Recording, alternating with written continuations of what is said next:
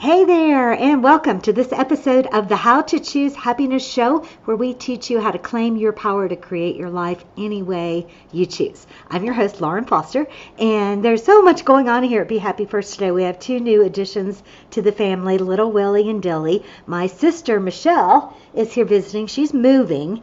And so while she's in transition, Willie and Dilly are coming to live with us. And so just waiting to see how this next adventure unfolds for her. And Willie and Dilly may be here forever, and that's the way I'm going to treat them. So they're darling, and we're having an awesome time. And so Michelle has started a watch party over at Lauren Gabrielle Foster so that we can talk to just as many people as we possibly can about this oh so important topic of you and your money.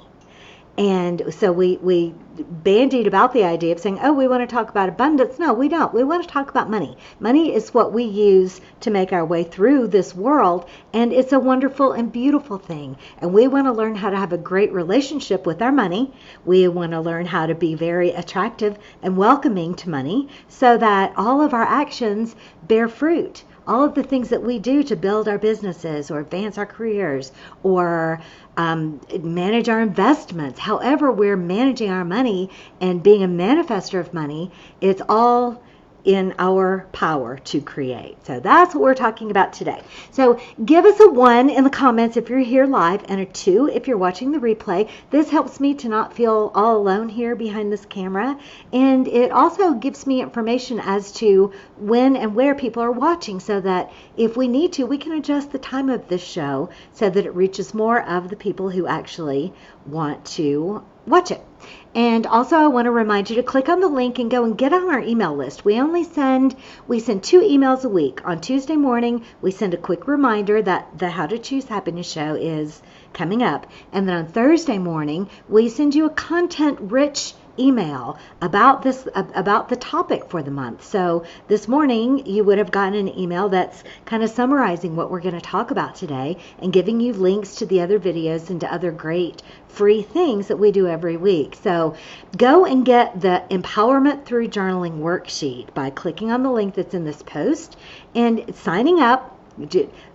If you change your mind, you can always opt out, but have faith and freedom and hope that I'm going to only send you things that are going to work great for you. And so the Empowerment Through Journaling exercise is a way to manage your mindset about everything. It can be how you want your day to go. It can be how you're going to become a magnificent money manager and manifester. If you're working on your relationships or your health or your weight or your fitness, it helps you set your intentions in the morning and to live your day on purpose. And then at the end of the day, give yourself big pats on the back and hugs and love and acknowledgement and kudos for all of the amazing things that you got done in that day, instead of going to sleep worrying about all the things that you didn't do. So this is an amazing and wonderful little 5-step process that you can do in 10 minutes a day, and it's really going to magnify your ability to claim your power to create your life the way you want to. So please do that and interact with us and get on the Be Happy First journey. All right, so we're talking this week about beliefs and set points about your money. Your beliefs, if you have negative beliefs about money and the people who have money, you gotta abolish those, because you can't be a rich person if you think rich people are bad. It's just the way it is. You can't be, your subconscious is not going to let you acquire something that you in your heart of hearts believe is not good and not positive. So how are things going over there, Michelle? Real good. Good. All right. I love having technical assistance right in my house. So, yeah, we got 8 people listening now. Awesome. Welcome, all of you that are here with me live. I love it, love it, love it. All right. So we talked about how the rich get richer and the poor get poorer, all about your mindset and your ideas about money and your beliefs about yourself. Lots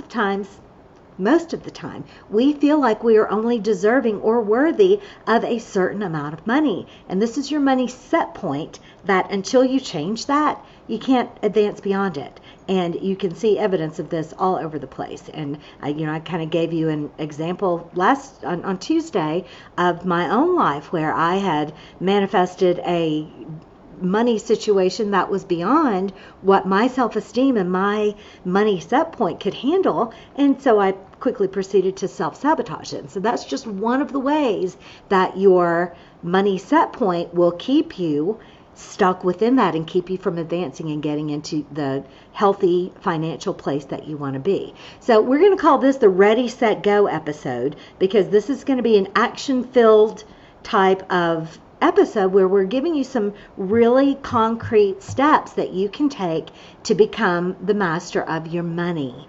And I always want to clear up that we are joyful manifestors. We are creating and having inspired action. We're not just sitting on the couch waiting for things to come to us, but at the same time, we're not beating ourselves up. We're not banging our heads against any wall. We're not rowing upstream, like Abraham-Hicks says. We are in the flow, and we're paying attention to the ideas and the opportunities and the resources that are right there waiting for us when we're in the vibration of looking for them. So, practical step regarding your money. Get a firm idea as to where you are. Not a firm idea, a firm picture. Know exactly what your financial situation is. How much money do you have in the bank to the penny? How much debt do you have to the penny? And promise yourself that each and every day you're going to give your money a little bit of attention so that you are paying attention and you're managing your money on purpose.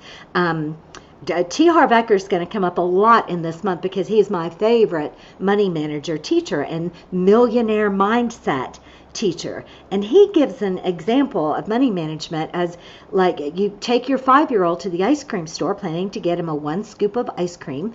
And when you get there, your 5-year-old child sees a big, gorgeous picture of a double scoop ice cream cone. And so you go ahead and buy this ice cream cone for your son. We'll call him a boy. And he promptly proceeds to drop both scoops on the floor because he doesn't know how to manage 2 scoops of ice cream. So are you going to go back in and get him 2 scoops again? No, you're going to give him the amount that you know he can manage, which is 1 scoop. So this is the same way that the universe and money works. And you don't wait to start managing your money until you have some money. Manage the money that you have now. And send the signal to the universe that you do know what you're doing. You are a magnificent money manager, and you are... Romeo just walked in the door and distracted me. I'm so easily distractible. So you are showing the universe that you know how to manage money, so the universe will give you more to manage through your inspired action and the steps that you're taking to create and manifest wealth in the world. So another thing around management is managing your expectations. Now this, as I said, my sister Michelle is here, and she told me an awesome story about how you will get what you are expecting to get. And she and her son, my darling nephew, were packing her up and getting her moved. And so almost everything was gone from the property, and they were getting in the truck ready to leave, and the battery was dead. So my nephew has a tendency towards the negative and blame, and I'm working with him and trying to get him to think in a more positive way. But my sister Michelle, she's a pretty bright, sunshiny person, and so my nephew went into a shed looking for jumper cables or something that would help them out of this predicament of the dead battery, and came back out disgruntled. There's nothing in there. I don't know what we're gonna do. And my sister went into the same building with a different expectation, going, I know there's something. I'm resourceful. I know that there's got to be something in here that's going to help us to solve this problem. Her mind was in there's a little glimpse of Romeo. Her mind was in the realm of the solution, and sure enough, over in the corner was a battery charger that was able to do exactly what they needed and to solve their problem for them. Nothing changed in the room between the time he went in there and the time she went in there. The only difference was what she was expecting to find and what he was expecting to find. So when you are expecting opportunity, you're expecting resources, you're expecting unexpected money, those are the things that are going to come to you. So get your mind in a place of positive expectation that you're always expecting the outcome to be positive. and this is an amazing tool to work in your money. So manage what you have. And the other example of this is like I'll go to the gym when I lose weight. It's a cart before the horse kind of thing. So get to the gym. Get to the bank. Okay, so knowing where you are and where you want to be is the different vibration band going, oh, I would love to be out of debt. Oh, I would love to have plenty of money. The bank cannot cash a check for plenty of money, and neither can the universe. So this is where being a good goal setter is what's going to really solve things for you. So instead of saying, oh, I wish I had more money, say, I have $10,000 in debt and I want to have $0 in debt and I want to do it by this date. Then you have a solid structure within which to plan and to allow the infinite intelligence of the universe to supply you with ideas on how to do that. So the Marie Forleo is another new discovery of mine. She's a personal development life coach, business coach, and she calls this process the Magic 20. We've also heard this in all kinds of different areas. So I want to tell you, I have a lot of stories today, so we might go a little bit long today. So I want to tell you a story of a Midwest barber back in like the 70s when the low-cost discount mall type of haircutting places were first starting to spring up across the country. So this was a barber in a small town in a farming community, and he was the third generation barbershop owner. And this was a thriving business where people would make it part of their day on Saturday to come in and get a haircut and to have a soda or a cup of coffee at the little soda shop. So this was a family business and a tradition for this town. Well, one of these low-cost haircutting places moved into the strip mall down the road and was taking away business from this shop. Well, so the son of the barber had been off at college and been studying masterminding, and he came home to find his normally happy and joyful and positive father in a very bad place, and finally got him alone and said, Dad, what's going on? And he said, what's going on is I'm about to lose the shop that's been in our family for 3 generations. I can't compete with $7 haircuts.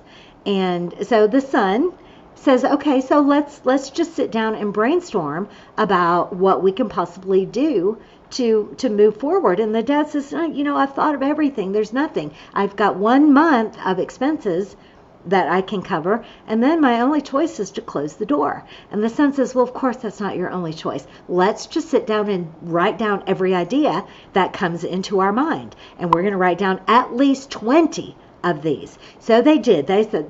He says, all right, fine, I'll go along with you. So what's one option? He says, well, we could go out of business. All right, we write it down. So write down without editing, without censoring, without anything, any idea that pops into your mind. So we could do advertising, we could do this, we could do that. So they did their list of 20.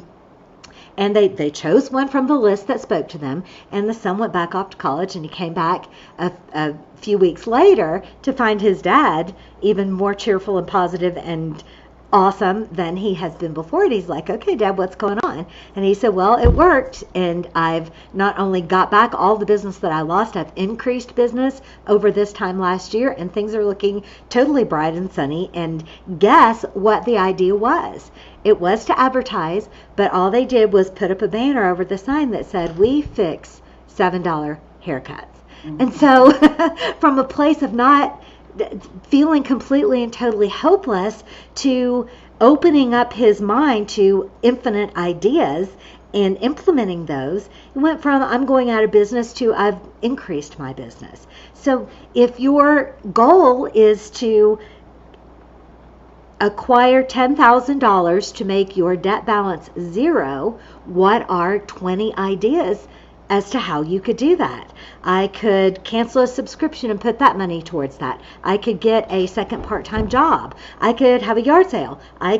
There are at least 20 ideas that you could come up with that will help you on the way toward your goal of bringing your credit balances to 0 on the date that you set. So brainstorm 20 ideas as to how you can accomplish your goal, and set do a set time. Make it a deadline. Give yourself a deadline, because if you don't, this time next year, you're going to be going, oh, not only do I still have this $10,000 in debt, I have even more. So put a time frame on it. And even if you happen to miss it, you're way further ahead than if you just leave things up in the universe. When you commit to things, that is how you make things happen. If you want something in your life, put it on your calendar and commit to it. Get behind it. Don't leave yourself a back door as to how to slip out of it. So another thing to do is, I touched on this earlier on, is to set aside time each day to look at your money and nurture your relationship with your money. So if you want to be really close to someone and you want to really know them and you want to really have a strong relationship, you talk to them every day. This is the same thing with your money. Talk to it every day. Know every single penny that goes in or out, and celebrate everything that's coming in, and know that everything that's going out is on purpose.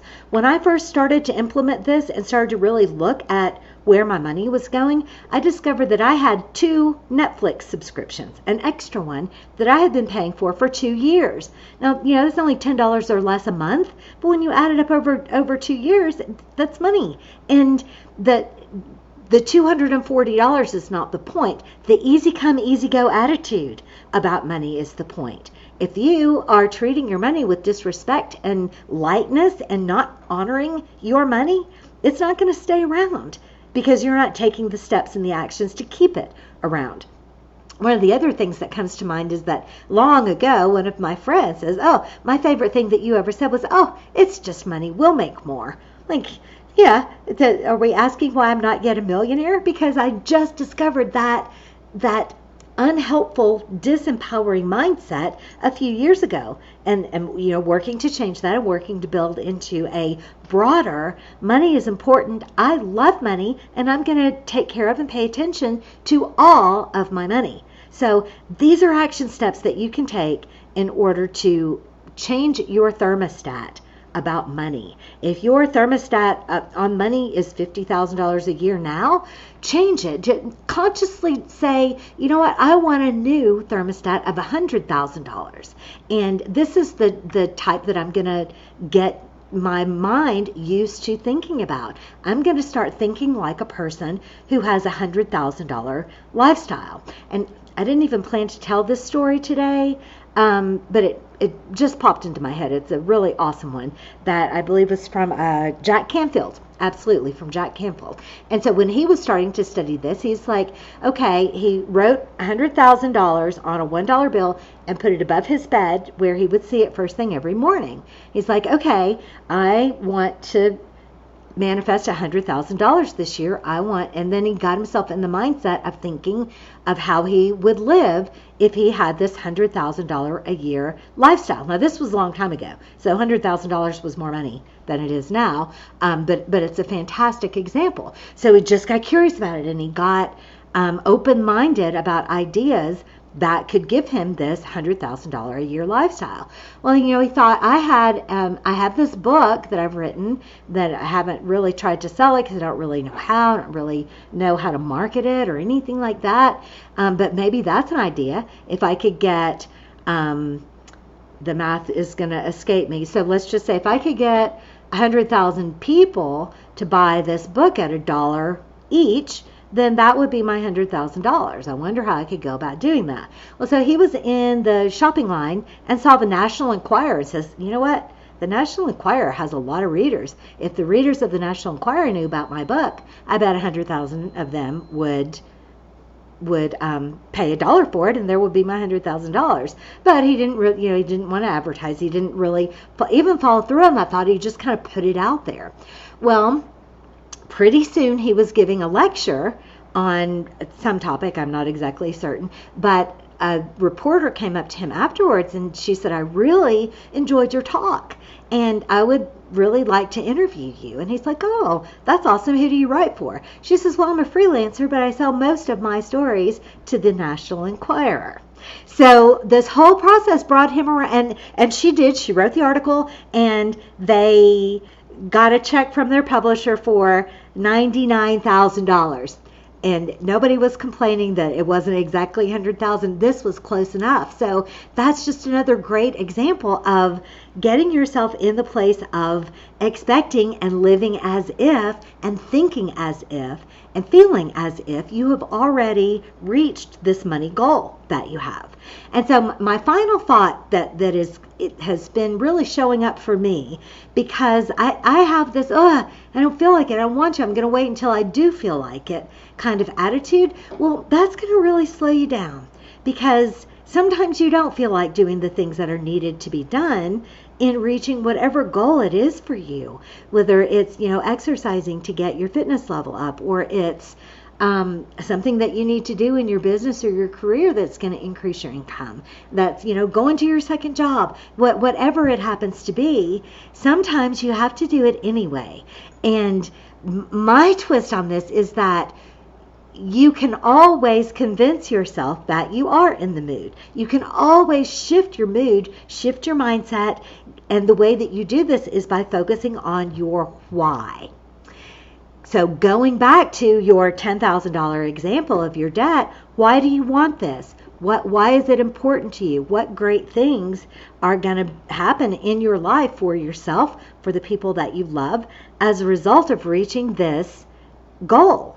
So if I don't have this debt, then I can use that money for a family vacation.